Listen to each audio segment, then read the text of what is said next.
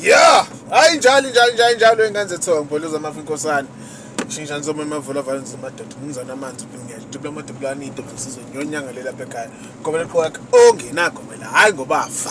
Asoza bekhona. We mayibo. Yebo, we mayibabo sekubona kufundiswa. Yeah, kunjalo emadoda. He, kanya mhlophe indoda phinde yaningi. Wenze umlomo wonke ushando wanda mthiya ngomafoza mthiya amahlahla. Ushando wana sintini esandlane. Yebo, nasumthini lomkhondo siyahlala. Sithi cha baba. Hey, emadoda. Yeah. Right. So lokho sihlokoloza. Asabuntu phela. So lokho sihlokoloza. Yeah. Asiphinde siyithinte lento ke. Namuhla yeah. Ake before ngiye la ngifuna ukuya khona. Siqale sithinte lokhu okubalekile. Kunalento ekuthiwa ukulalela. Ukulalela. Hayi, angizwa. Kunalento ekuthiwa ukulalela. Listening is a skill.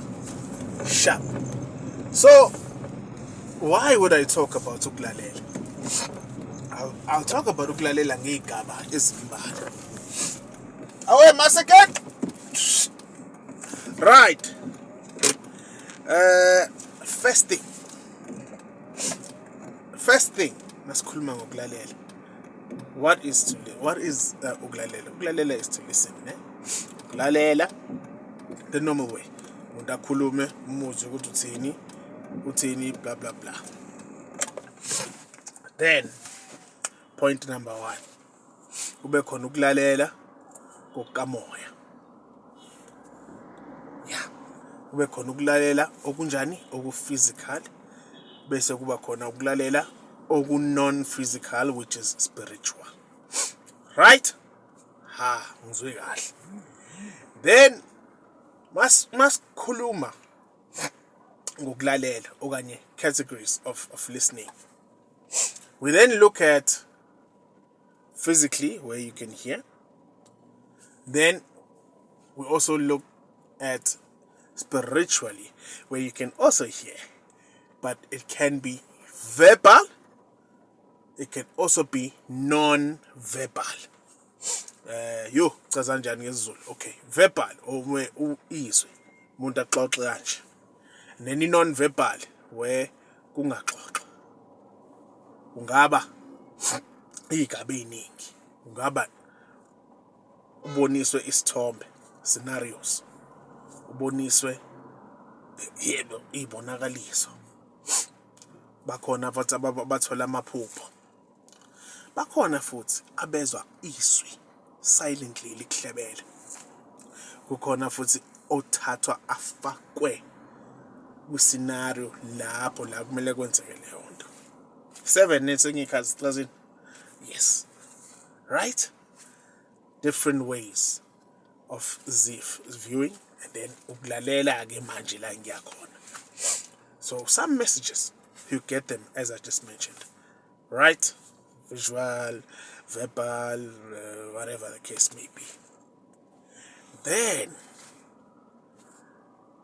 you get messages where you need to do something, where you need to act. Right? These things are very important, Bafethu. Very, very important. Listen to ngikhuluma ngazo. Right? Ubezwe but hayi, ngilalela umoya namhlanje. Ayibona lezi zinto ezenze emasontweni. Whatever the case, it's a nice thing to see, Shem. Right? But you get the opposite of a person who doesn't really have to react, who just gets the message. Ayisho njengoba injalo ayishaye. Uyayibona leyo nto. Then others obviously get it mawelele, whatever the case may be. Where I'm going ngokulalela. Oh, I almost forgot one. Nomuntu futhi mayizokusiza, funda ukulalela. The other day I spoke about abantu kunabantu abasebenza ngedlozi kunabantu abasebenza ngethongo. Ayifani lento bafethu. You just need to listen. Listen carefully. Even naloyo muntu loyo masufikile kena esekhuluma nabantu bakhe. Kunabantu abafike, for example, kumele, yeah, let me give you an example so we are on the same page. Before uzathole into, kumele aqale ashise, for example, impepho, makandlela, whatever the case may be. Ababiza bonke. And then only ma asethola umlayezo. Then you get the opposite of that, where umuntu ongadingile kushisa lutho nani. Uthi usafika nje isho lento. Uyayizwa leyo ndaba. Right. Ukulalela is very important. Nawe mawusiza abantu mfethu, noma dadewethu, just learn to listen. Lalela abantu bakini, funda ukuthi bakhuluma ngaluphi uhlobo. Yeah, I think it's the first time ngikhuluma ngesizulu lento. Right, funda ukuthi bakhuluma nawe ngaluphi uhlobo. I usually talk about spiritual languages. There is a language that is interpreted, or rather spoken to you. Right? And then kuba nemithetho. We call them spiritual laws. Kuthi okay, thina silolu hlobo labantu. Mawukhuluma nathi ukhuluma kanje. Awuvele uthi, awuvele wenze, awuvele wenze. You understand leyo nto? It's very important to learn how to listen. You need to learn how to listen, because those are the things that will help you get correct messages.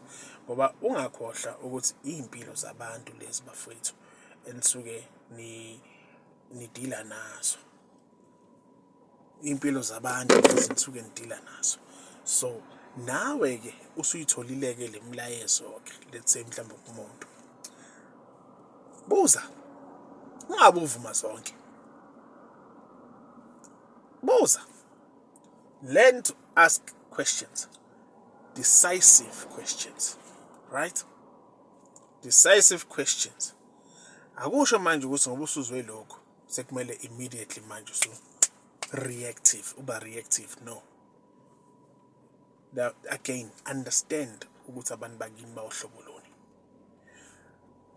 Get the message. If it means ukuthi yule nhlobo yabantu emele hambe yo reporter, discuss, do that. Some people abakudingi lokho.